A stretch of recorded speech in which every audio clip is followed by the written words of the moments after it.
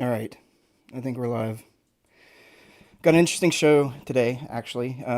It was born out of the comments section because somebody posed a request for a live with certain topics, and I thought it was a good next step in this whole big picture because it actually gets into some contentious stuff and into some stuff that I can guarantee you've never heard before. And so today we're going to be talking about false historical layers, pretty much. And that's the way this individual phrased it. And I hope I didn't misunderstand because I'm assuming what he's referring to is the fact that our geology is inaccurate, which in our last episode I explained how I discovered that all the Paleozoic layers. Because if you believe, if you believe in flat Earth and if you believe in mud fossils, this episode might be difficult for you. And I've discovered that in doing all this stuff, people are emotional about their theories. For me, it's a quest for truth, and I don't really care what's true, just as long as it's accurate. But I've learned a lot of these individuals, once they latch onto a theory, anything that contradicts that theory is like, it's rejected with this knee jerk reaction, and it's really like, I don't know, offensive if you suggest anything beyond, like mud fossils. And so the first thing I kind of want to touch on, which is really important in this whole big picture, is oh wait, let me get it situated here. Mud fossils and Mud Fossil University, and how does what I'm doing relate to what Mud Fossil University is doing? They're not even the same thing. And let me explain why. Mud Fossil University has been born out of this void, this intellectual void of explaining what exactly is going on in our landscape. People are seeing images, people are seeing what appear to be giants, or, you name it. And the only explanation offered for any of this stuff up to this point happens to be the fact that they were organic creatures that have died and fossilized. And please understand, before I got into any of this stuff, before I discovered anything, I also was like many of the same individuals who were looking at, Google Maps and seeing things in our landscape that didn't exactly look, natural. And there's really no explanation. And the only individual that offers any explanation as to what's going on is Mud Fossil University. And his videos are ultimately comparing what we're seeing in the landscape with, organic stuff or living stuff, and saying, see, it's the same thing. And, I kind of bought into it way back when I didn't have an explanation either, but I had a problem with it. And my big problem with the mud fossil concept is that certain mud fossils, however you want to call them, these certain images are so massive that if a species existed that was that size, it wouldn't, it would take up all of Earth. It wouldn't even be enough space. And one of the examples I have right in front of us is the big serpent-looking head that's down around Antarctica. And what we are expected to believe is that that is a dead snake or a dead titan. But its head is 1,500 miles long. So consider the rest of the body, and then consider food, and then the species to interact with and mate with, and all these, the environment, everything required for such a large creature to exist is really hard to fathom and really unbelievable. And I think that's because it kind of is unbelievable.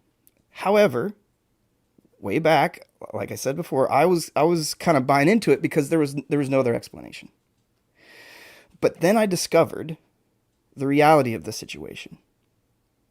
And for you to be able to continue in this video and not automatically reject everything that I'm about to say, if you are a mud fossil person, you must accept the possibility that what these things are not fossils, that they are art. And so, please, big disclaimer, you know, don't reject everything until you've heard everything. Because if you truly want truth, if you truly want to know like what's actually going on, well then listen to everybody's information first before you throw out your belief. Because when you automatically reject ideas just because they don't fit your narrative, that's not a path for truth. And so that's kind of the big disclaimer. And what I'm ultimately saying is that this stuff, what you're seeing in the landscape, is not fossils. It is engineering and symbolism. This little collage I have here of the Ouroboros, if you look all the way to the left, we've got a snake eating its tail, which is the literal Ouroboros. Like it's actually a snake eating its tail, literally. And just under that, a literal palm tree, right? And then next to it is the giant snake around Antarctica. Okay, I personally believe that is an Ouroboros encircling the continent of Antarctica. But I'm saying that that is terraformed. That is an artistic image that has been engineered into our landscape for very specific reasons. No different than the Dubai palm tree. It is a symbol of something, right? It doesn't mean that it was a palm tree. And really,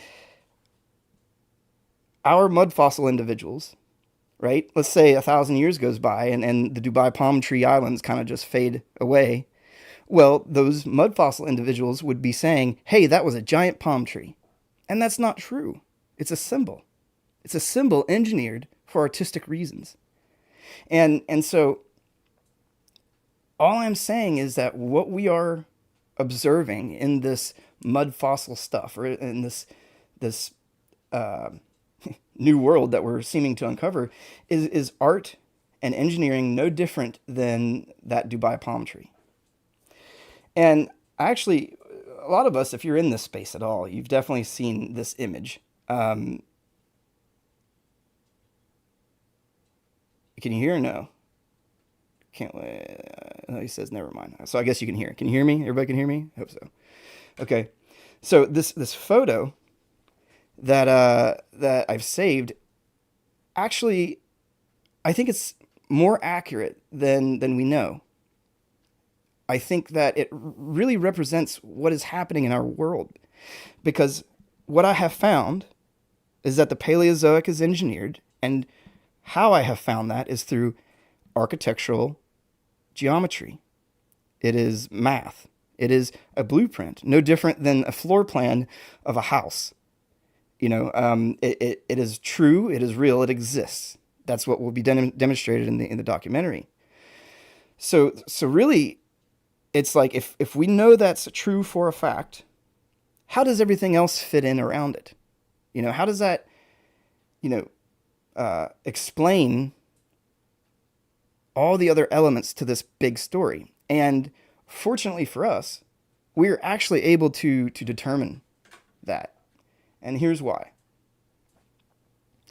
So we've discovered Paleozoic is engineered. And when I say Paleozoic is engineered, I'm saying all of it.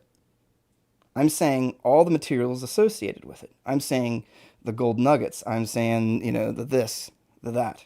It's all engineered, whether it is part of the, continental structure, or whether it's the rock floating around in the stream.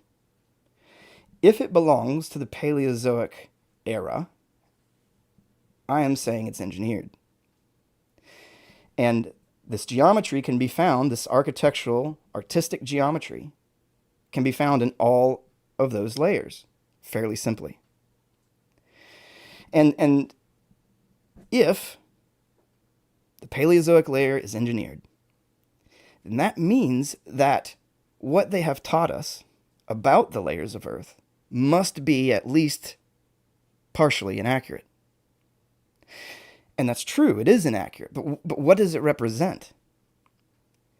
Well, I later found out, or I have determined that what we are looking at is not linear time. Because that's kind of what we're taught, right? That all these layers of Earth going back into time, it's just like linear. And there's no big events that have changed the landscape. It's this big, long, slow process. And that's partially why they don't accept any cataclysmic information, because the moment that they accept things like the Younger Dryas, it blows that out of the water. Because their whole entire model is built off of a peaceful, slow process. And we already know that that's not accurate. We know that it's quite likely that something catastrophic happened during the Younger Dryas. And so we have multiple issues with what they are teaching us. So if it is not these layers of linear time, then what is it? I would argue that it's snapshots of events. And the only event that we know for sure to be anything is the Paleozoic layers. The Paleozoic layers, that snapshot is the snapshot of construction. And everything else we have to assume, or we have to, use our best educated guesses. Well, in doing that, in reverse engineering the truth of our geologic layers, the first big clue that I thought happened to be something called the Great Unconformity. And what the Great Unconformity is a layer of Earth that accounts for missing time. And partially the reasons that they believe that is, here's a good example. The Precambrian zone of geology, note that it's going kind of at an angle, right? And then all of a sudden, once the Paleozoic layers hit, then they're all horizontal layering. And what they had determined, or what they thought happened, was that some type of glacial event took place. Like something, swept over the landscape and removed that material, because they could clearly see, the geologists could clearly see that those layers were missing somehow. And so they say, oh, it's like 8 billion years or whatever billion years. They don't know. That's based off of their linear time, model, which we already know is inaccurate. So for the sake of this argument, let's drop all the millions of years and what we don't know. Okay, let's just say we don't know at this time. So we're not talking in terms of years, we're talking in terms of events. These layers represent events. They represent snapshots of events. So if I have discovered that the Paleozoic layer, which is just above the Great Unconformity, is engineered, well, what's the most logical explanation for the Great Unconformity? The logical explanation is, if you are going to engineer structures, if you're going to build something, you always level your foundation. You always prep the area. You dig your footer. And I believe that's precisely what has happened here. We have essentially found ourselves in a situation where we can say 100% that the Paleozoic is engineered, and just beneath that, it's probably very likely that those missing layers are the foundation preparation. Great. Okay. Well then, what about the layers above?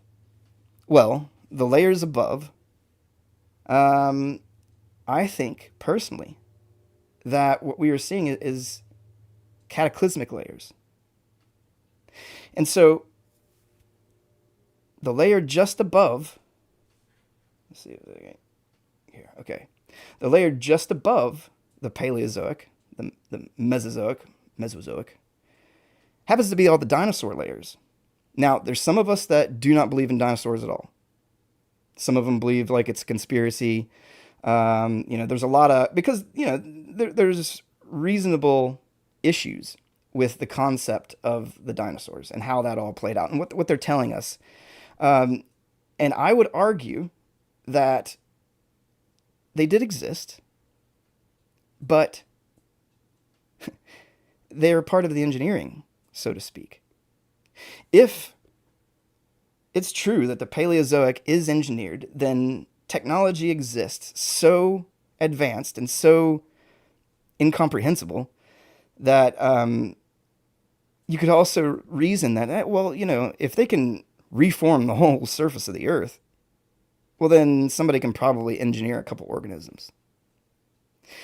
And as you dig into this, as we do get into it, you find that the majority of this engineering, there is imagery inside of it. This is what are the mud fossils, is this imagery of this engineering. Because there's actually more imagery than the mud fossils. Once you understand their symbolism, it's literally everywhere. And the majority of it is serpent related, reptile vibe, And if you're looking at an advanced culture that has the ability to engineer the surface of Earth, and inside that engineering, inside of that, those structures happens to be artwork, and all that artwork is serpent related or reptile related, well, then it would be reasonable to conclude that if the dinosaurs did exist, which would be a true mud fossil technically, if the dinosaurs did exist, then they are likely a part of that engineering because they are also great serpents. And when we look at our history and all the cultures that talk about this one event, because just because you talk about the Great Flood doesn't mean that it's a strictly Christian thing. It is in multiple cultures. And so this Great Flood situation in these multiple cultures, they kind of all have this story where some of them say, like, the reptile gods upset some other god, or it's kind of these strange stories based around doing things that you shouldn't have been, or whoever the culture was, they were doing things that they should not have been doing. And so the reason for the Great Flood was because a creator or the creator was upset with what was happening. And that really kind of checks out to the whole Christian creationist perspective. If you're many of you who follow me, in fact, believe that the creationist perspective. And I do my best to stay kind of neutral on all this because I just want to be taken for the facts. I want to be taken for the information, not theology. And so I do my best to kind of skirt around that. But for the purpose of this discussion, let's to make it easy to discuss, let's just pretend, right, that's the story we're going with, strictly for explanation. So the idea is, okay, something advanced showed up on our Earth and they reformed the surface of the Earth. While they reformed the surface of the Earth, they also reformed or re-engineered organisms. And then we have a great cataclysm, and so the first layers above the Paleozoic represent those cataclysmic layers. That is the debris of the world that existed during the Paleozoic time. So whatever culture that created all these things, when it was destroyed, all their crap is the dinosaur layers. Okay, well, what about above that? Because there seems to be another event just above that. And I later found out evidence, because I also thought that the Younger Dryas event was whatever anybody's saying the Great Flood is. Like, I agreed with that. When you see me on like a far end of these topics positionally, like, I'm saying that the Younger Dryas is not the Great Flood. I was almost in agreement with everybody on all this stuff. I was there with the mud fossils. I was there with the Younger Dryas being the Great Flood, but I found stuff that demonstrates that it's not. So I discovered later that whatever happened during the Younger Dryas is not the Great Flood. It's a second great cataclysm. And so we find ourselves in a situation where we thought that it was, fallen angels or Anunnaki or whatever, and then the Great Flood, and then here we are. And a lot of people thought the Great Flood was just Younger Dryas. But that's not the case. And so, since it's not, kind of went ahead, since it's not the Great Flood, right? It's the Younger Dryas is something else. Um, well, it ends up aligning those geologic layers perfectly for snapshots of events. If the Paleozoic is engineered, and then the Mesozoic is the debris from that world being destroyed, then another world popped up after that was destroyed, and that this would be during the glacial period. And then that world was also destroyed, and that is the Younger Dryas. And those are the layers of the Cenozoic, the layers that are just underneath our feet. And so, looking back, we'll go through this again. Actually, I did a diagram that can kind of help you. And like I said, we're going to do this in the sense of creationism just because it's easy to explain. So these pink and blue layers, that would represent God's creation. So whether you believe in the Anunnaki creation story or you believe in, Christian creation or whatever you want to call it, something existed before, and that is represented by this blue and pink on my little chart here. So at some point, something arrived and created the great unconformity. They laid the foundation for this great terraforming. And then after they laid this foundation, or after they created the foundation, they began engineering these structures.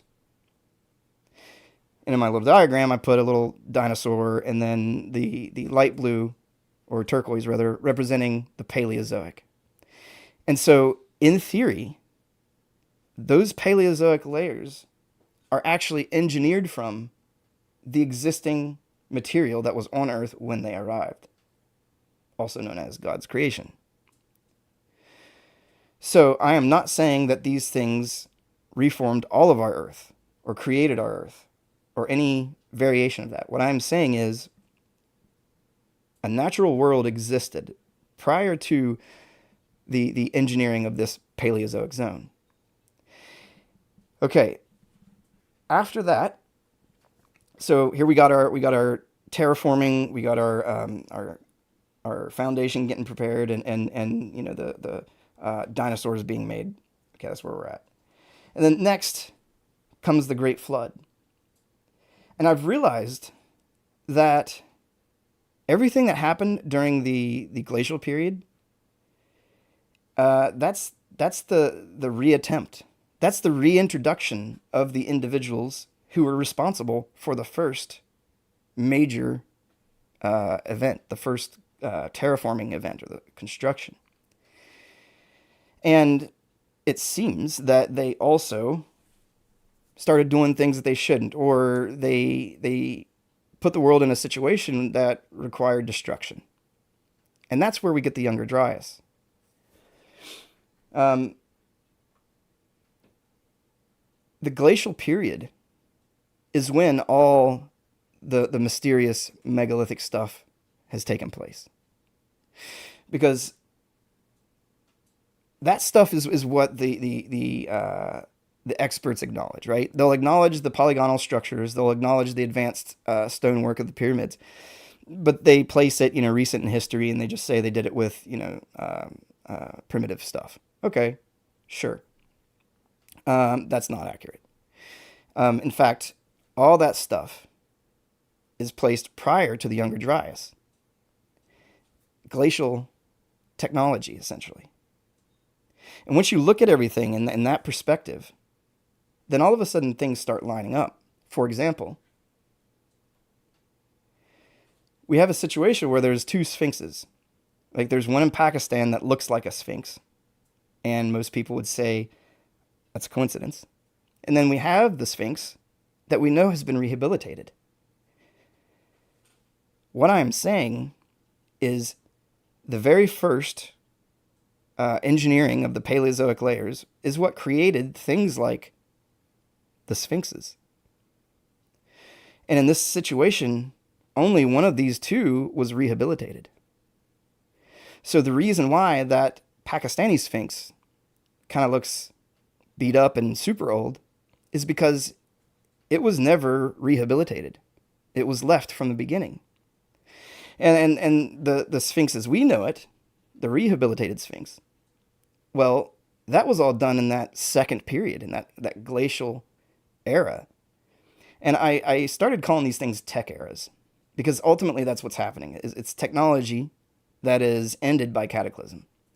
And so in the first tech era, that would be, dinosaur world. That would be land of the lost. In theory, the world that Noah lived in would have been that dinosaur crazy world. And then after the glacial period, after, the whole Noah situation, well, if you're looking at creationism, well, that kind of falls into the Tower of Babel time frame. God said that there was nothing that they couldn't accomplish when he looked at what they were doing. And so that was part of the reason for the confounding of languages. Well, I would argue that event, the confounding of languages, or the destruction of the Tower of Babel, is actually the Younger Dryas. That's when they put an end to the second advancement, the second technical era of our world history. Okay. And then in this third era, it happens to be our era. I believe it's the least technologically advanced era. And our era, we have a bunch of these stacked up stones that are actually stacked in a lot of astronomical alignments and this and that. Those were all done post Younger Dryas. That is our era's megalithic, historical work. And ironically, all those stones that were chosen for these alignments that are stacked up happen to be from that first original culture. So it appears that in these three eras, something or someone is influencing humanity to acknowledge this culture or repeat the symbolism. And we'll get into that later as far as the symbolism and stuff. But ultimately, when you look at it from that perspective, and remember, I've got some evidence that pushes the Younger Dryas away from the Great Flood. We'll talk about that later. Trust me, bro. Like, that's where we're at on that. Just trust me, bro. But once you look at it from that perspective, all of a sudden, all those geologic layers make sense. All of a sudden, what I've discovered makes sense. Because part of what I've discovered is that this architectural geometry that I'm talking about does not exist in any other layer. So if I were to go to Cenozoic, it's not going to follow any of this. There's not going to be geometry. It's going to be completely random. It's going to be exactly how you would think. And so we know for sure that it's only one layer of geology. That means that the rest of those layers are natural. And so that further adds to our idea that they are snapshots of time and they are cataclysmic layers. They are snapshots of those events. Okay, now there's an issue with when I first discovered all this stuff, it was hard to conceptually understand what was happening because none of it made sense, because I realized that all the Paleozoic stuff was engineered, and then I didn't have a way to explain it, which was a big mind F, because, how do you, what? Is it all like buildings? And the answer is no. What I believe has happened is that this engineering that I'm speaking of largely was just environmental engineering. They were so extreme that when they reformed the environment, they likely did everything, even if it wouldn't be inhabited. So the mountains and the rivers and all the formations in nature were engineered. So if you went, tromping around nature, you would start seeing all that weird mud fossil stuff. but it would be in its truest form, in its most recent form. And so these layers that I'm talking about are engineered. You cannot think of it in the sense of the pyramid. Like the pyramid is an engineered structure. No, it's not like that. It's not an engineered structure to be inhabited and used, or whatever you want to call it. These are engineered structures that are meant to just exist, it appears. So one of the big confusions in what I'm trying to explain to everybody, and what, like they are understanding is simply that when I say these things are engineered, I don't mean structures to inhabit. I mean terraforming on a broad scale that doesn't necessarily mean inhabitation. Is that a word? They're not necessarily to be inhabited. And I personally believe that, when you want to get into the Anunnaki stuff and you want to start talking about all that, well, if they're the Anunnaki, well, then they just created this stuff. Like technically that's creation. But if you want to look at creationism, that is, the fallen. That is the fallen showing up in God's created world and defacing it. When I say I found geometric engineering or architectural engineering in certain layers, a lot of comments that I get are just like, oh, that's, the evidence of God. Not really, unless our God is into serpents, and I don't think he is. And so it is a creation event that, in theory, defaces God's true creation. And that creation has been done with the imagery of serpents. So if you believe in creation story, that kind of checks out. Great. So how, okay, they're not structures to inhabit. Yes, there could have been a superculture. Yes, we could have had peak, civilization. But it doesn't necessarily mean that all this stuff was inhabited. Okay, well, how? That's where we get into the truth behind Pangea and how these continents were actually fabricated. So what I have found is that because of this architectural geometry, Pangea cannot exist. And let me explain. If it is true that the continents are drifting, and it is also true that these Paleozoic layers are engineered, then I should find discrepancies in the engineering. This blueprint that I've uncovered shouldn't be completely accurate, right? Because over time, that stuff shifts, in theory. But it doesn't. Because it appears through that, let's call it, it's kind of like a floor plan. Imagine a floor plan, right? When you look at a floor plan of a house, you can say, hey, all these angles are 90 degrees from each other. It's kind of like that. When you look at this floor plan and you check things in let's say, South America, and then things in Africa, or, any other part, things line up and this geometry continues, which would be impossible if the continents were moving. And that really hurt me because I was a big fan of Pangea. Yay Pangea. I liked it. And it was kind of what was helping me. I thought, okay, well, maybe since I was able to find stuff in North America that matched artifacts in the Mediterranean, maybe it was because everything was close together at one time. And discovering that architecture proves that inaccurate. Well, then how the hell do you explain Pangea? Because why do they think Pangea is a thing? They think Pangea is a thing for two reasons. One, because, well, South America kind of fits in Africa. Okay. That's just as good as, Mud Fossil University, right? The guy's comparing images and saying they look the same. Well, that's not any type of proof, it's just evidence. The proof is that the architectural geometry demonstrates nothing's moved.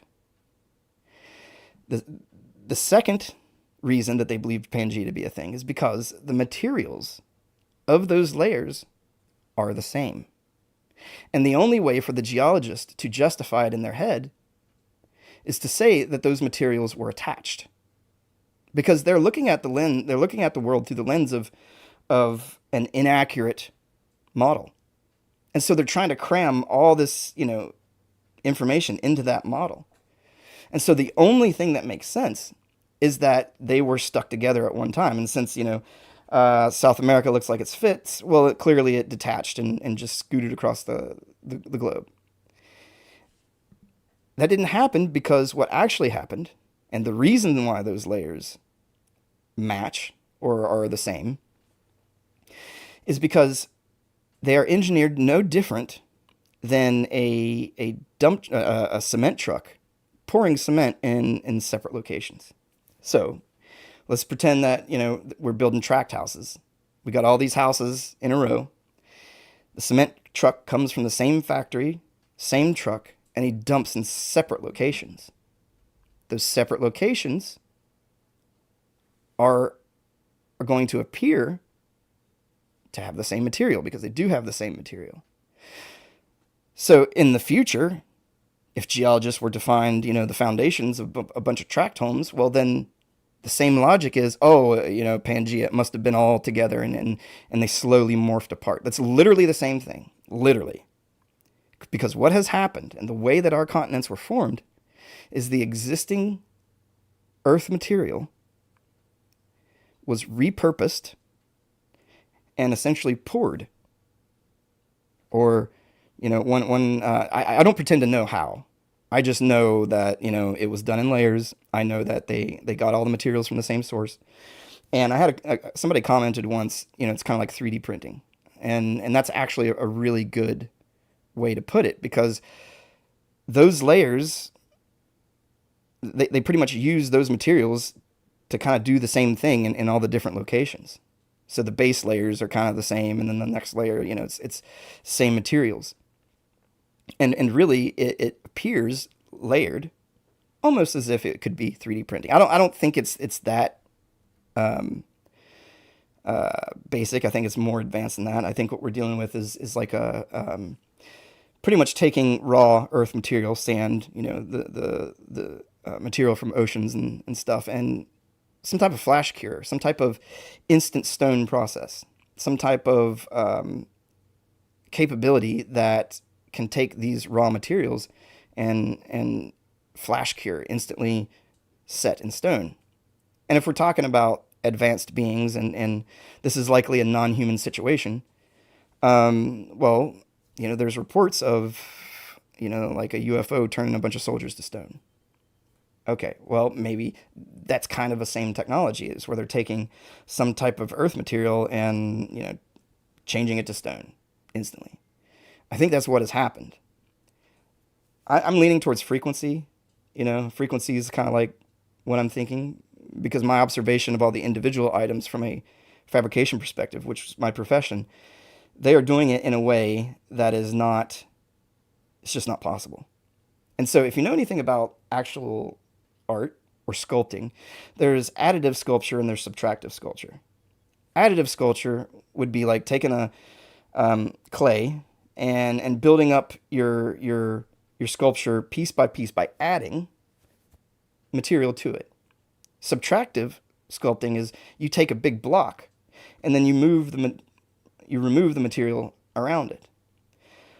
What happened in this very first terraforming situation, this Paleozoic engineering, is a additive sculpting. So think about that for a second. They are taking material and relocating it and adding it. They are creating this new world. Okay. Oh, I had a diagram. So this is kind of what I mean by, I probably should have used different colors. I didn't think that through. But this is kind of what I mean by this this engineering kind of Pangea thing. So imagine the orange and the brown at the bottom. Those are existing earth materials. So whenever these things showed up, or whatever they were, fallen angels or Anunnaki or whomever, definitely not humans, when they showed up, they would take these layers and out of one source, just like a cement truck full of the same material, would go around and create these different locations. And later, when the next layers come, well, they get another source material. And again, additive sculpting, they relocate these materials and they engineer these layers of Earth. And so this would kind of demonstrate what's really happening. These are my continents, right? Over here would be like our first engineering layer. This is the great unconformity. They just created the foundation, and then they source the material down here and they go dump it in all these locations.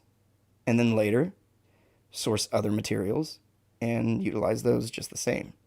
This is precisely why our experts believe Pangea is even a thing. But it's not.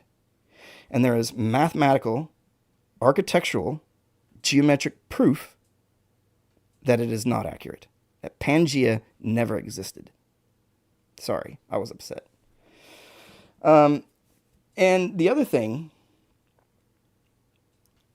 that I learned, because we're taught that stones are made a very specific way, and the most basic explanation is, like sediments get hard and then, earth moves and then they break apart. Well, it would be, if that were true, this architectural geometry that I've discovered exists in almost all these Paleozoic stones. If that were true, I shouldn't be able to find these consistencies between these stones, regardless of material, whether it's gold or even aluminum, copper, or granite, or whatever material. These effigies and these geometries exist. And so I've discovered two things are true. The way that we're taught these rocks are formed is true for those other natural layers. So for the Mesozoic and the Cenozoic, or whatever stone is created outside of Paleozoic, well, that should break apart and that should create smaller stones, precisely how we are taught. But the curveball is that the Paleozoic is not. And so we assume that, or we're taught that all of the rocks are made the same way. All of the stones are shaped in the same fashion, and that's not accurate. Some of it's true, and some of it's not. And that's really one of the big takeaways from my whole discovery across the board, is that it's like two things are true a lot. And so we have these like hardliners that believe one thing, and then guys that believe another thing, and the truth happens to be somewhere in the middle. All right. So we talked about kind of how the continents were formed with, additive sculpture. And actually, I wanted to touch on something real quick. So all the interesting megalithic stuff that we see throughout the world, we can see that it is cut into stone. And it often utilizes cutting of stone. This first culture didn't really cut stone in that way. Think about it for a second. If they're creating their world with this advanced technology, it doesn't make sense to create it, add all your art inside of it, and then chop it up. Because they had the ability to create things from the ground up. They didn't have to cut into stone. They were the ones creating the stone. And so that second era, that glacial period, the second technical era, where it appears these things returned and the world became advanced again, and potentially Tower of Babel stuff. In that era, cutting of stone is widespread. And that's really how you can determine the differences between, is it a first era thing or is it a second era? If you see some megalithic marvel and it appears to be cut into the mountainside, you can know for sure that it wasn't that first culture. That first culture would never cut into their own art. They would never cut into their own. It's like building a house and then cutting a hole in the side of it after the fact. That's literally all it is. It's kind of the same concept. And so these things, when they returned to a destroyed world. Their first technical era was destroyed. So all they had was the debris and then the stone that was associated with it. And so they used it. They repurposed it. They rehabilitated things. And that's why you see the cuts in stone. That's where you see all the stuff that our experts will acknowledge. Because nobody, it seems, besides Mud Fossil University, nobody acknowledges mud fossils. Nobody acknowledges those images in the landscape. Nobody acknowledges all the elephants. And what I mean is, it's like Elephant Rock. Well, there's like 10 of them. So none of the mainstream experts and none of the alternative history experts, or whatever you want to call them, like our Graham Hancocks and whatever his name is, like those individuals that are spearheading the alternative historic space never mention the concept of a mud fossil or an alternative explanation. Why? Because there really isn't an explanation yet. And a lot of people have a hard time with the mud fossil concept because of how extreme it would have to be for that to happen. Like it's too much. A massive species, like hundreds of miles, thousands of miles long, like it just doesn't check out. And so, they don't talk about it, but we can all see that it's happening. We can all see that this stuff is here. And really, I think it's just because a good explanation hasn't been offered. And well, that's what we're doing. So hopefully, we can get them to speak on it, because I want to know where everyone stands. I would love to see the alternative history gurus forced into commenting on this subject. Because think about it, you've never heard any of them talk about the mud fossil stuff. The only people that talk about these images or the mud fossils are people that are kind of at the extreme edges of the alternative history space.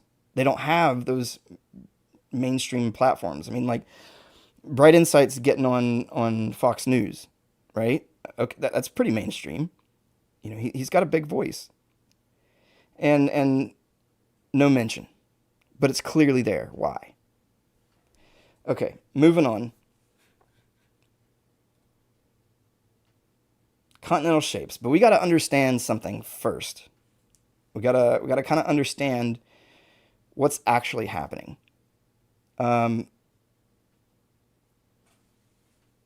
This art is a combination of two things. It's a strict geometric effigy system combined with Impressionism. And if you're not familiar, Impressionism is things that kind of look like things. And then combine that with optical illusion. And when I say optical illusion, I mean just like what we're looking at here. We have a picture of like Shakespeare, but it's like a chick laying down, right? It's like multiple images combined into one. If you've ever been out in nature and you've seen stones that, like, when you're at one angle, it looks like a thing, and then when you walk around it, it kind of changes, or you might be at one position next to the fire and, the stone clearly looks like a skull, but as soon as you stand up, it just disappears. That is this. That's what's happening, because their art, beyond following these effigies, also had these strange, what would you call it? I brain farted. These strange optical illusions and baked inside of it. And what's even more kind of crazy is that the optical illusion stuff was largely on these effigies, but they did it in such a fine way that it relied on light and perspective to really pop the image.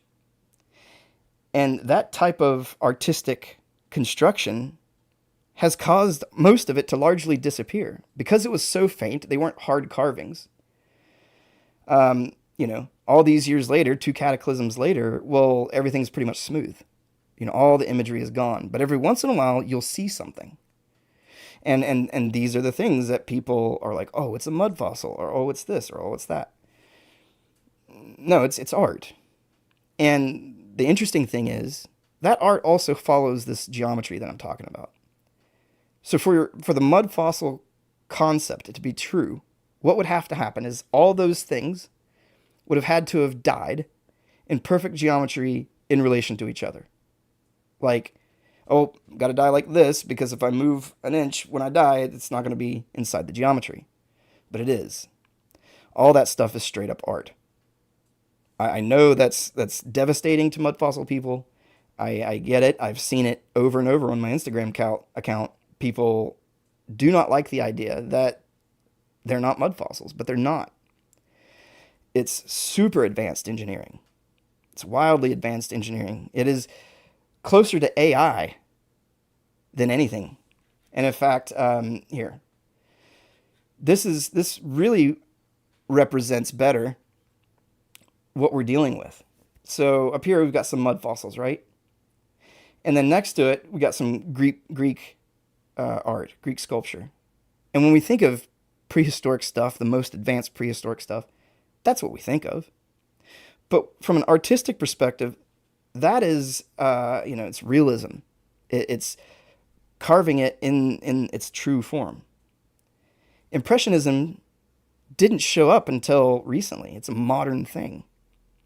And for me to suggest that this impressionism existed in a prehistoric time is radical.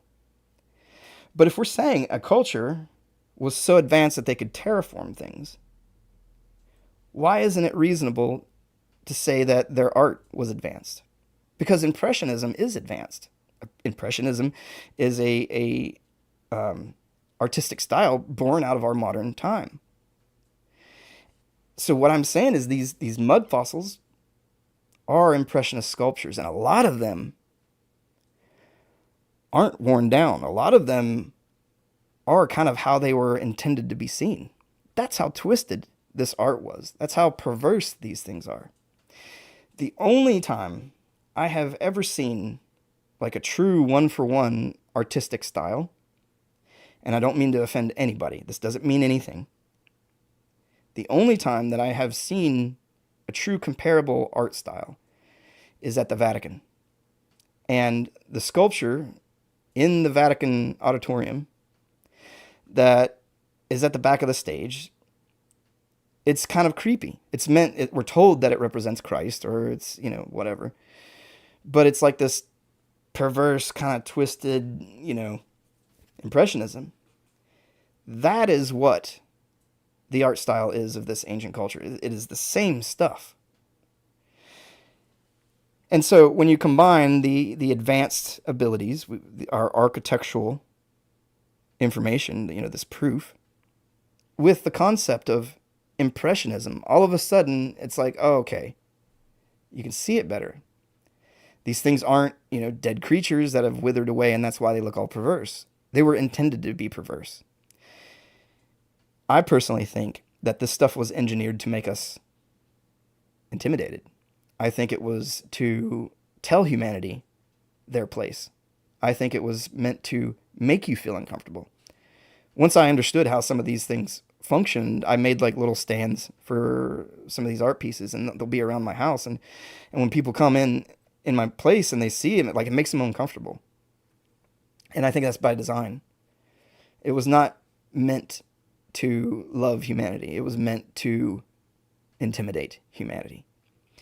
And so the reason these are perverse looking is because they were intended to be perverse. So, yeah, that's kind of like the big takeaway about this art style. Optical illusions, we got impressionism, got some perversion, and, kind of the angle matters. And also a lot of the carvings, which they're not carvings, the designs, they're very light. Just remember that. Okay, so these effigies, there seems to be standardized shapes. What I later found was those standardized shapes can further be broken down to like a set of 5 triangles. I didn't put them up here, but it seems these triangles, which seem to all be divisible by 20 degrees, make up these effigies. And these effigies will make up, symbols and different things. But one of the things I learned halfway through was that some of these effigies, so I would like categorize like this guy did here. So this photo of Italy, some dude in a shack in Italy found this stuff way before I did. He realized that there was a commonality in the stones, and he actually categorized them. And all he was doing was collecting the effigies and putting them in their categories. It's pretty simple. Well, I was doing the same thing before I ever discovered this guy. I was collecting these effigies and putting them in their categories. And I learned that I would like get something and I would put it in this category, and then it'd be like, well, hold on a second. I think it goes in that one, but that one's different, but it's kind of the same shape. And then I realized they were using the same shapes for multiple depictions. And I have a little kind of demonstration. Let's see. All right. So what you're looking at is this one effigy shape and how it's used in different ways. Same shape, different depictions. Now, they're all, a serpent of some kind. But I'm showing you how that one shape can actually convert into different depictions. So the first depiction is just kind of like a snake, with a mouth not that wide, and then no mouth open. And then when I flip it one more time, the mouth is wide open. And this is precisely what's going on with these effigies. So when I say this effigy art system, just because an effigy falls into a category doesn't mean it falls into a symbol. The symbolism and the effigies are separate. The effigies follow the strict geometry. And because they follow the strict geometry, by default, the symbolism follows the geometry. But it's pretty basic. And you can really reproduce. The easiest way to verify what I'm saying in this moment, like you wanna see if this guy's really nuts or if it's true, you can go to any local stream, wherever you're at in the world, and you're going to find triangular stones. And if you were to measure these triangular stones, you're going to find that the angles of these stones are almost certainly going to be 40 or 60 degrees. Some variation of that. And that's really impossible. You would think, oh, maybe the material broke off a certain... Yeah, that was actually my first thought, but that's not what happened, because this is across materials to include, aluminum and gold and copper. So this effigy system is basic, but the symbolism is more advanced. So I hope that kind of makes sense. But here's some other effigies. Let's see. There we go. Here's some other effigies. All the way to the left, you'll see some copper up here. So that's from Michigan. And this is actually at the megalithic site that I discovered in Sicily. And you can see how they're generally the same. And the reason they feel generally the same is because their core geometries are exactly the same. And then next to that, I've got a couple examples of golden nuggets, kind of doing the same thing. And that's because they're really the same effigies. Next to that, some of these triangles that I'm talking about. These are the 60-degree triangles. The top photos up here, these are in Sicily. And this is from West Virginia. And really, you can find these everywhere. Whether you're in Chile or China or wherever, you should be able to go to your stream and find triangular stones, and they are going to be, within these geometric standards. Here's another one.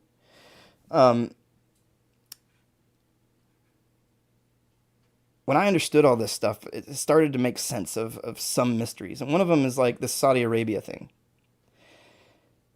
I realized that it's one of the effigies.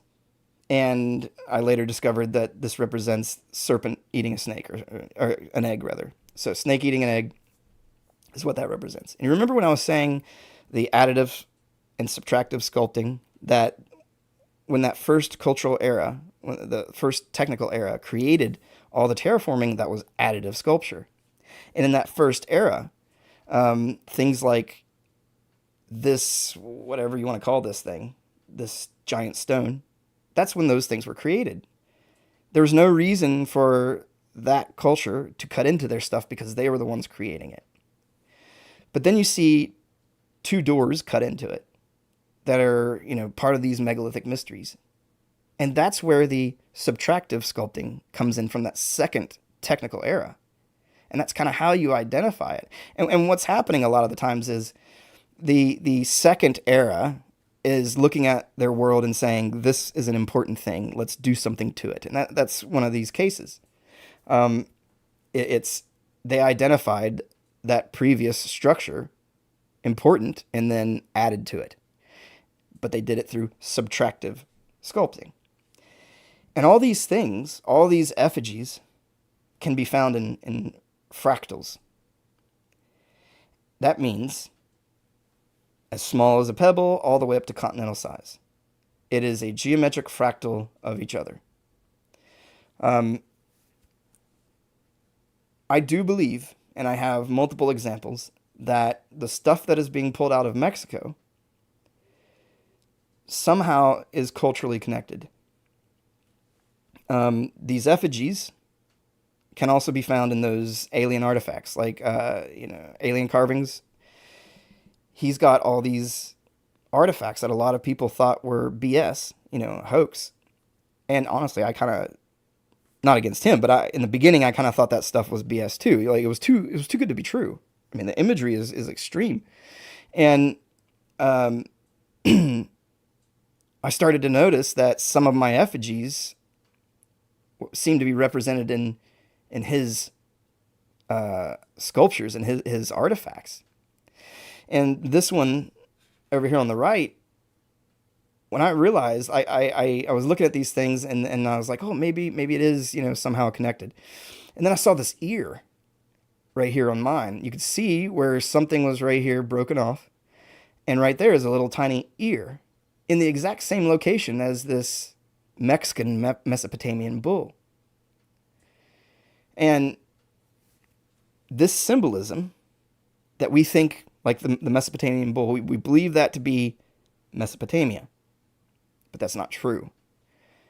That symbolism comes from the original, Anunnaki creators. That symbolism can be found all across the world. And is precisely why they're able to find these things in Mexico, because the same culture was forced on the whole entire world. There's more examples. I just kind of threw this up there to kind of show you how the effigy was being used in multiple ways. But it really, I thought it was a coincidence in the beginning, but I found too many other examples that really demonstrate that it's the same stuff. And so what I think is really happening is this twisted, impressionist effigy type stuff, this type of art, largely applies to, their nature, what they created for nature, when they reformed this earth in their image. Like, remember, I said that it wasn't done in a structural, inhabited type way. It was done as like, let's just recreate nature. That natural recreation embodied their art that is found in other, or acknowledged, let's say, in other contexts. So the Mesopotamian bull is one of these artistic images, and it's one of these things that was represented in this landscape in a perverse, kind of twisted, impressionist style. And so when we find it, if it kind of looks like it, we're like, no, there's no way, because it's Mesopotamia, I'm here in America, whatever. It's not the same thing. But the reality is, it's the same. The symbolism can be found everywhere. I'm going to skip through this because I want to get into the continents. But all this was kind of a photo to demonstrate how this optical illusion works. I traced the photo, and you can see that top stone. These are all engineered stones. That top stone appears to be a serpent one direction. But if you kind of block out this portion of the serpent, you notice that there's another one that seems to pop up. And this piece really embodies this optical illusion stuff that I'm talking about. Like, really, if you're arguing with your buddy or whomever about, oh, I see a this, and the other person's like, well, I see a that. Well, you're probably both right, because they engineered these things in such an extreme way that there are multiple images compounded that are meant to be seen from multiple angles. And that's part of why everybody looks nuts when they're collecting these rocks and they're like, look, do you see the thing? I can see it. And they're like, yeah, you're nuts. Schizo. Well, that's how it's engineered. And if we were going super deep in this and you wanted to believe in the creation concept, well, you could argue that it was engineered like that on purpose. Because all these years later, when humanity would rediscover these cultural items, they would look nuts. Because it is so extreme. It is so densely packed with art and optical illusions and these effigies. It's like, of course you're going to look nuts. And a lot of people look crazy who collected these stones. But I realized something kind of funny. Like, I was one of the people that made fun of the rock people, just for clarity. But I realized something interesting. People on the spectrum often are rock collectors. And then people who use stimulants often become rock collectors. And I now would argue that that is precisely because the advanced nature of this artwork can't really be noticed unless, you got some serious brain power or you know what to look for. And these individuals fell into those categories. And so they were seeing the stuff that none of us could see. Not because they were crazy, not because they were dumb or had a serious imagination, because they're slightly more advanced. They can perceive things. Not all crackheads are advanced, don't get me wrong. But you kind of see what I'm saying. I mean, you use stimulants to boost, your abilities. That's kind of what I'm saying. Like, it kind of seems to be what has happened. And I went from somebody who thought that was insane to beginning to understand and see the same stuff. And now I understand they're not crazy. They're just seeing something that we can't. Okay, these continents and the effigies. So this is where we get into flat earth stuff, kind of. These effigies, almost all of them, when I would, like, for example, we got Australia. You can kind of see the angry chicken face on Australia right here. And this is from Italy. This is from America. And this is from Australia also. So there seems to be a chicken effigy, or an angry chicken effigy. I mean, he kind of looks angry. I don't know if you can see it at all. But these effigies are upside down. All the effigies that I found are as if you're looking at the world upside down. And that's where we get into, oh my gosh, what if the pole shifts are accurate? What if that stuff is actually what happened? Because I have these effigies that are matching continents, and most of them only match the continents when they're upside down. We're told that there's a pole flip. Well, what if that's accurate? And when all this was engineered, it was engineered to be seen a different way. And part of the reason why we can't see it in today's age is because we've been looking at our map upside down the whole time. And the moment that you flip the globe upside down and you start looking around at these continents, there's more there. North America, when flipped upside down, I mean, you can't even tell that that's North America. It looks so much different. But when you flip it upside down, it is one of these dog effigies. Remember I said subtractive and additive sculpting? The additive sculpture, the terraforming, the initial construction, they didn't cut into stuff.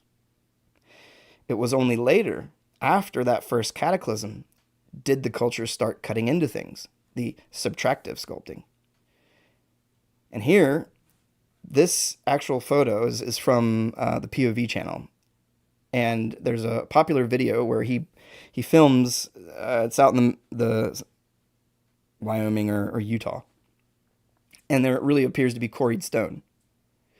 And I realized the quarried stone is all divisible by 20 degrees, just like the standard. And it matches the effigies. But I know that that first culture really didn't cut into things. So I personally believe that what we're looking at with this stuff that the POV channel found, that stuff is that second cultural, that second tech era who did the subtractive sculpting.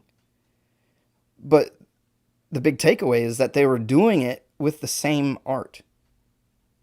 And I have since found multiple examples of that first culture's art being repurposed and rehabilitated.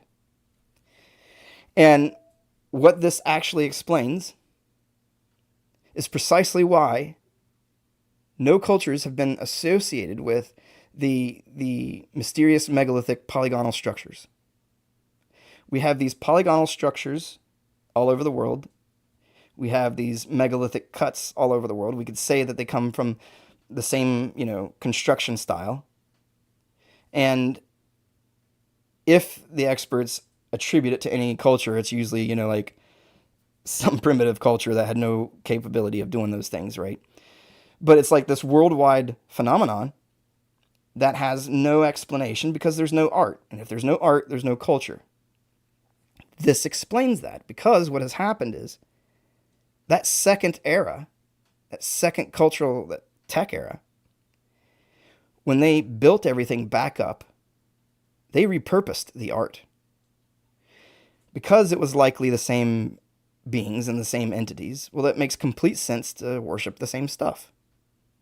And so what appears to have happened is, after the Great Flood, these things showed back up. And they reutilized the art.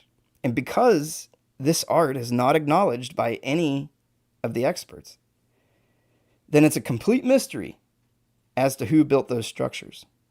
But the moment that you associate this effigy art to those megalithic structures, you realize, oh, okay, that's why it's missing. It's because they used an art style that we don't acknowledge. No experts acknowledge that prehistory had anything to do with Impressionism. Like this type of art has no place in ancient history. Think about that for a second. And if we want to believe in an advanced culture in prehistory, then we have to accept the possibility that the advanced culture had advanced art. And when I say advanced art, I mean Impressionism. Art that seems to come out of our modern world. That's precisely why the experts have no clue who did those things. Because they refuse to recognize the art. And because the art was repurposed. But as far as the continents, like this one right here, this is Judd Color Rock. And in fact, Judd Color Rock, when you flip him upside down, it really looks like a snake like choking out a victim. But down here, we have these other effigies. And some of them I don't pretend to know. I just understand that that's the effigy. And so, what is it? Your guess is as good as mine. But what we can demonstrate is that there is a geometric similarity, or they're geometrically identical, most of them, between continental items all the way down to small pebbles. So if you've ever found, a rock that looked like Africa, if you ever found a rock that looked like Michigan, or if you ever found a rock that looked like the United States, or anything like that, not the United States, but like geographic type stuff, that's because it was engineered, and that's because it follows the fractal. It is made in the small as much as it is the large. And so, okay, we got North America and Africa. Let's talk about Mu. Because what this has done is enabled me to understand where and what the continent of Mu looked like. I made this video on my Instagram, and it was kind of popular, but ultimately, I was looking in the area of where Mu is supposed to be, and I really quickly noticed one of the effigies. And when I flipped the globe upside down, I noticed another one of our effigies. And I realized, oh my gosh, that's how we're going to be able to identify these lost continents, because those lost continents were engineered just the same. Those lost continents follow the geometry. Those lost continents follow effigies. If we understand the effigies and the geometry, we can search for those continents, and we found one. And I believe this to be Mu, precisely because it matches two of these effigies. When it's flipped upside down, this is kind of funny because this one is in Arizona, and this one is from Michigan. I got it's in my sunroom, but it's this kind of like, I don't know, just like this shape, and it's like got a blob up here. What is it? I mean, a serpent, I guess. You know, it's, remember, we're talking about this twisted art style. But because we understand those effigies, well, there's Mu.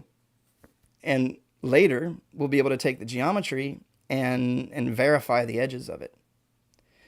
Now, the other quick thing to kind of touch on but not get into is that I do not believe that the oceans were as they were back when they created all this stuff.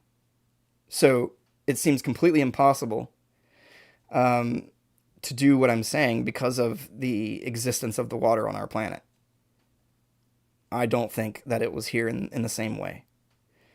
I think that I now believe that, like in One Piece, we were talking about on Instagram, in One Piece, the core lore behind One Piece is that the world looked much different.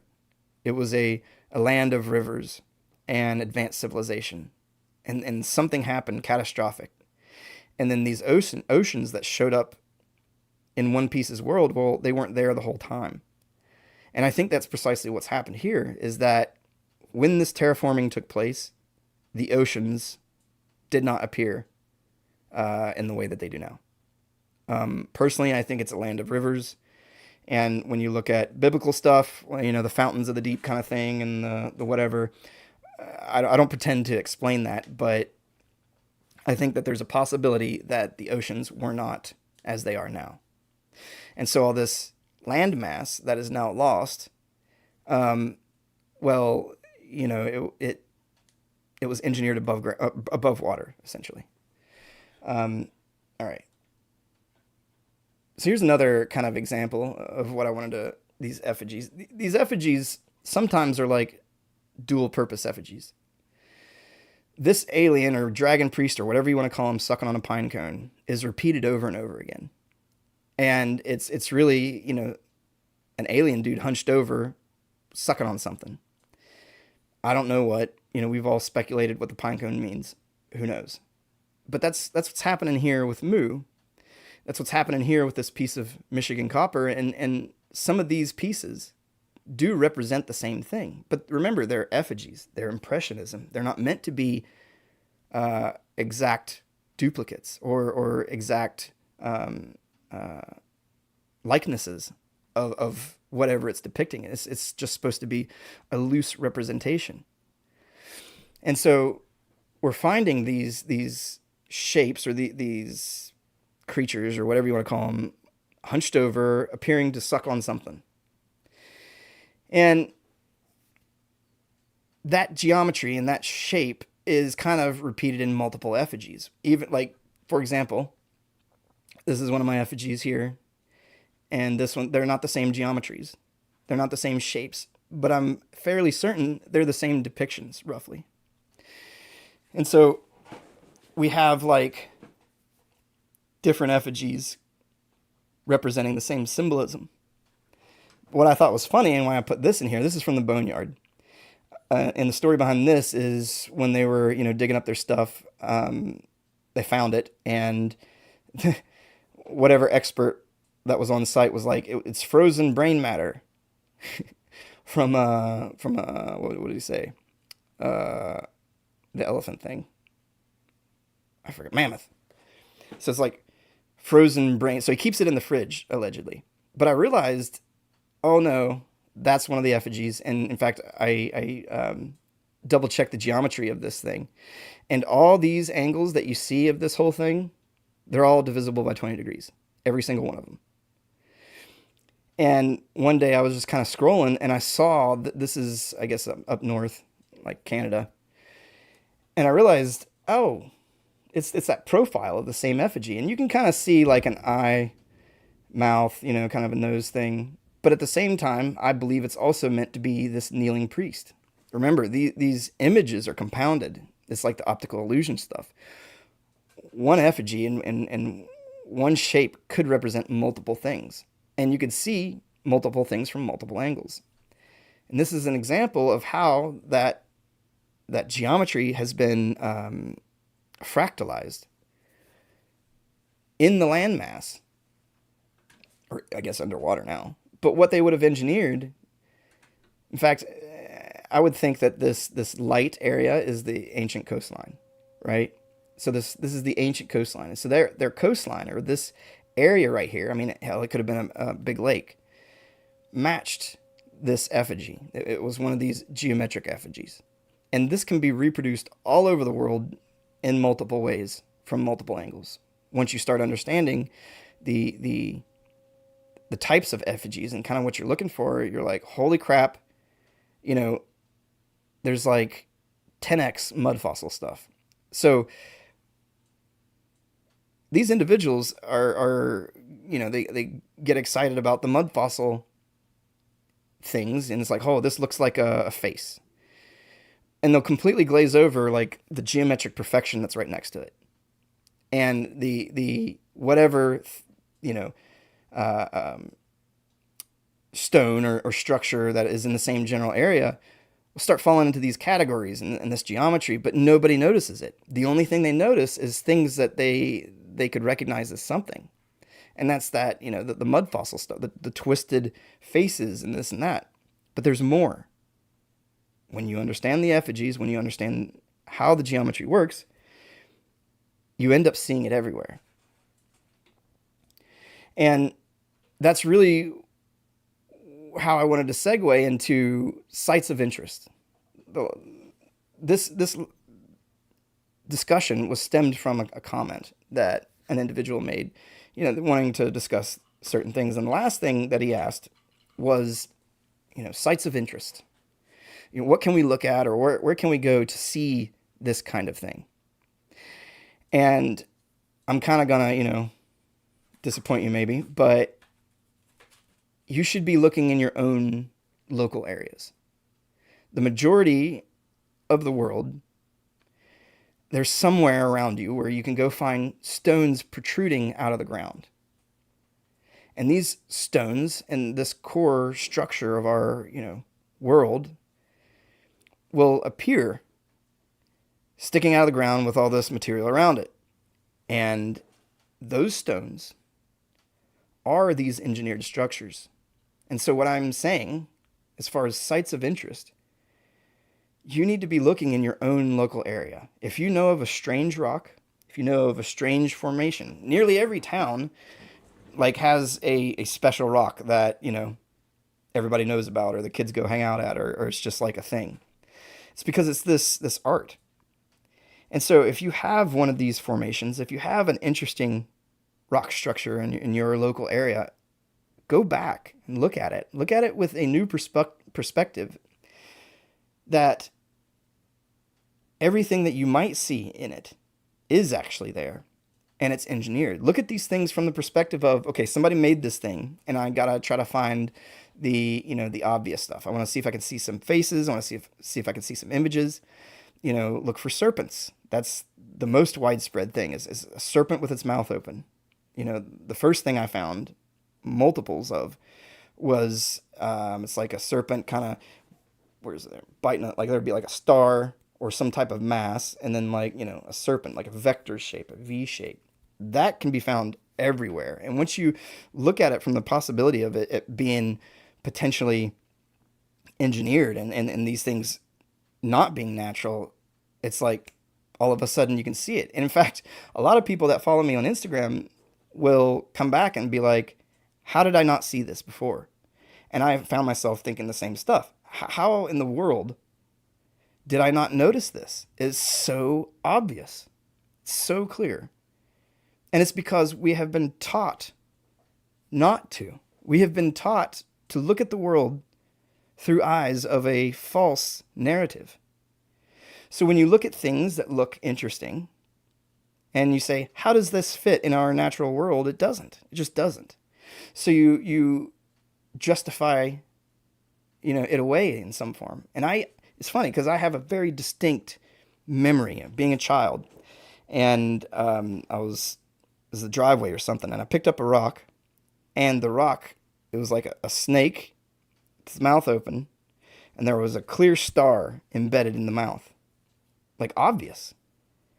And I was like, wow, that's a snake with a star in its mouth. And I was like, well, no, it's not, that's not natural geology. It was like my little, fifth grade education talked myself out of it when I had actually found the first artifact of this whole discovery, technically, for me. Like, that was the first one I ever discovered, was that snake with a star in his mouth when I was like 10 or whatever. And I talked myself out of it because we were taught not to look at the world through those eyes. We were taught to disregard these things that we're seeing. And that's why the mud fossil thing is so kind of difficult, is because you have no explanation. And then you finally see it too much that there has to be an explanation. And the only good one is mud fossils. So you latch on to that. And then the moment anybody suggests anything otherwise, it's like, ugh, no, that's not possible. But it is, and it's okay. If you are a diehard mud fossiler, I urge you to go back and look at things through that lens. And I assure you that when this documentary comes out, we will show how to demonstrate this proof, or I will demonstrate this proof. I will show how to utilize it. And I'll be honest, like, once I figured out how everything kind of functioned, I didn't keep going. And I didn't keep going for a reason, because I want to turn this information over to you. I want someone else to take this information and look at what I found, discover more, research more. There's so much more. And yeah, I could sit here and do all these things, but once I release that information, it's like, it's basic enough and simple enough that, the average person who's into it is going to be able to look and find more stuff that I haven't seen. And that's kind of the fun of it. That's the cool part about it, is that this is all basic enough to where we can work together, like, we're all sharing these things on Instagram, all these images or these mud fossils or whatever, and it's kind of endless, it seems like. It's because we've worked together, and it's because it's true. It's because these things are there, and they are engineered. They just weren't living creatures. That doesn't mean that titans never existed. That doesn't mean that giants didn't exist. And I, remember I said two things are often true. And I believe that to be the case. Fossils are real. Giants are probably real. But these aren't fossilized giants. So, I think I want to end on one note. And it's pretty much, in the creationist zone, the big problem, or the big belief, is that the flood was specifically to rid the world of the Nephilim and those, genetic blasphemies, or whatever you want to call them. And I now do not believe that to be true.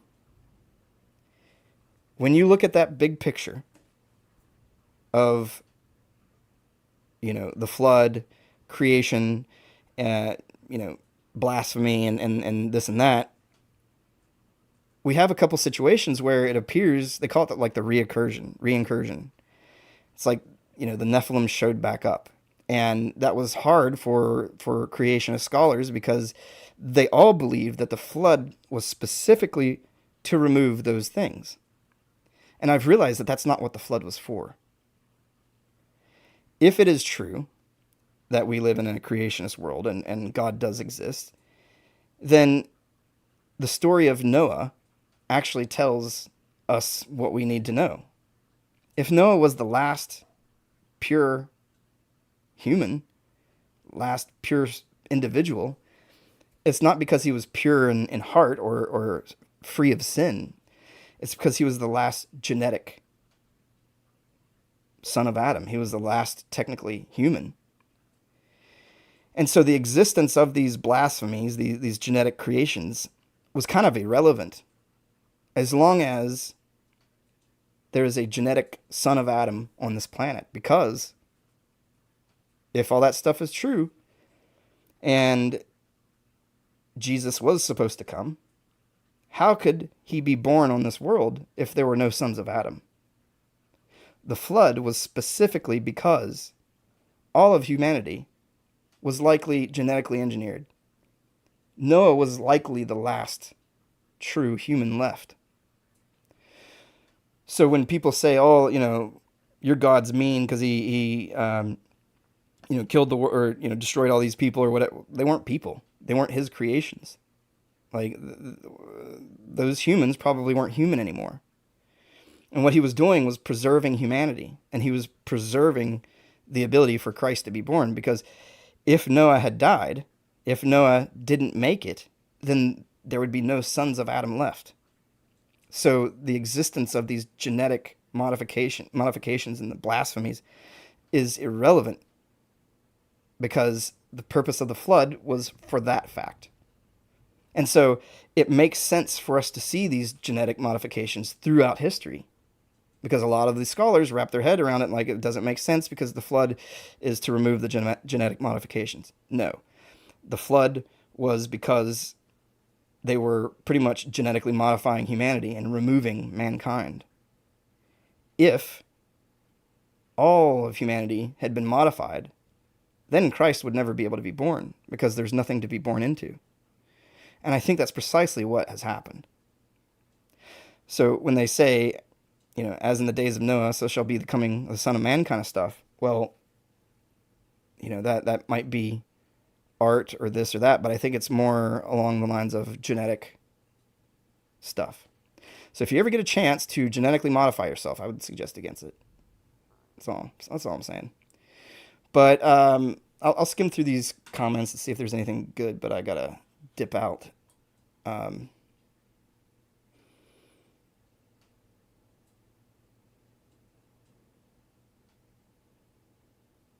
Okay, so one of the questions: who are the guys that terraformed, and how they did it? And they were giants? Okay, I do not believe so. I believe that whoever created the giants is also who created the terraforming. The speculation is Anunnaki, fallen angels, pick your poison. Non-human. So non-human arrive on Earth, modify everything, create Nephilim, create mud fossils, create, genetic blasphemies, like, I don't know, like the Minotaur and like all these things. Those things could actually be a reality.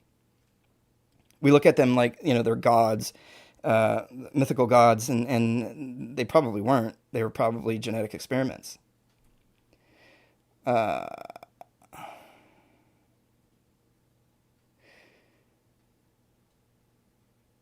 So megalithic instruments, technology. My big thing is frequency. I'm kind of I've fabricated for 20 years, and when I look at these things, the only thing that makes sense is some type of frequency. It's like an insta process. It's kind of fascinating because these things are created from like the center out, just like you would take clay and layer it and put a glaze on it and your ceramics, whatever. But it was done in such a way that there's no tooling marks. It's wild stuff. In a few thousand years, we'll also have similar technology. So, I would argue that all those two previous technical eras, they both used advanced tech to modify stone and do things with our Earth. But this era, this third era, it's like, well, maybe they haven't shown up yet, or we don't really have any examples of that extreme modification. But the other thing to consider is that all the material on the surface of Earth, in fact, look at this. So as we look at this, right? So if what I'm saying is true, then back when they created all this stuff, like the Paleozoic was the top layer. And then a cataclysm came, right? And then the Mesozoic was the top layer. Well, after that second cataclysm in our modern time, look at all that material that wasn't there before. And when we hear all these things, like you see these reels or videos of strange sounds coming from underneath the ground, I'm starting to think that they are already here and they are already doing their modifications. They are already doing their engineering. They're doing it underground, and they're doing it there because they didn't have that material before. It didn't exist in that way. There wasn't enough, but now there is. And that might play into the whole, the bottomless pit and all these horrible things coming out of it. It's like, well, they've been down there working for years, preparing for a moment. And I think that we might have this third technical era stone engineering also. We just can't see it because it's happening beneath our feet.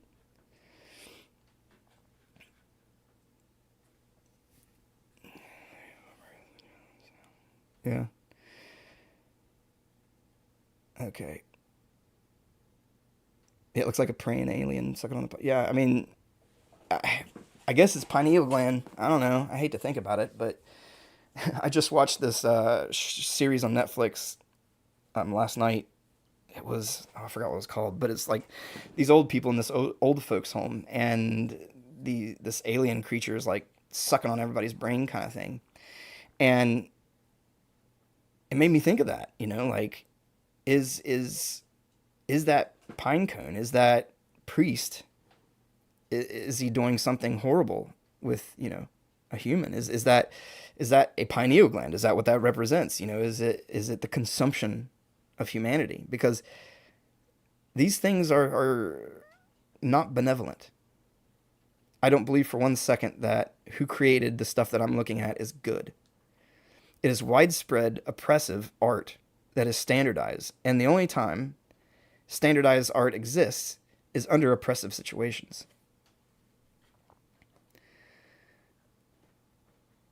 Now, so that's the thing that I have a hard time with. The salt mountains, like the Himalayan salt and the dead titans. A lot of people believe that that's like, dead muscle tissue, and that's why it's salty. I haven't looked at those areas personally. The easiest way to verify that, once we release the geometry, is go to the site, check the geometry. If those mountains and those places fall into that geometry, well, it's also engineered. You just have to understand that somehow they engineered it to be that way. Which makes sense because they engineered all these other things. Why can't they engineer that? But it's something that we don't really have to argue. We don't have to argue whether it's a mud fossil or not because we have the facts and we have a way to verify it, like through mathematics, like it's truth. It's simple. Yeah. Okay. So I think that's about it. I'm gonna try to do this next week. So if you want some topics, put them in the comments below the video because that actually helped me. I went through all the comments and wrote down, what people were wanting, and I just made this series off of that. So if you have a topic that you want discussed, throw it in there. Otherwise, I'm just gonna kind of keep going with this stuff. So, ciao.